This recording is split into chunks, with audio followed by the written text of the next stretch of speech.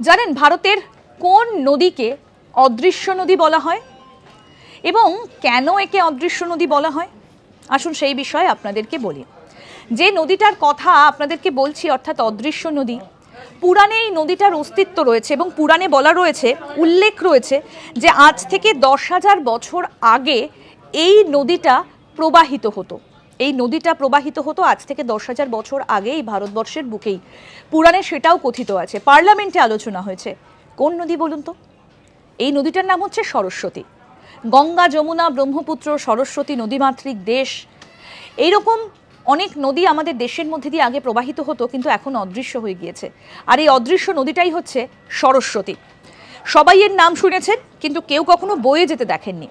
তবে মনে করা হয় যে পাঞ্জাব এবং হরিয়ানাতে এই যে সেচের জল যেখান থেকে আনা হয় সেটাই হচ্ছে সরস্বতী নদীর একটা স্রোত, এটা কিন্তু অনেকে বলে থাকেন। এবং এই সরস্বতী নদী নিয়ে বারবার পার্লামেন্টেও আলোচনা হয়েছে, সেটাও আমরা শুনেছি। কিন্তু এই নদীকে কেউ চোখের সামনে বয়ে যেতে দেখেননি। এই নদীটাই হচ্ছে অদৃশ্য নদী। দেখতে থাকুন আজ তাক বাংলার ইউটিউব চ্যানেল, সাবস্ক্রাইব করুন।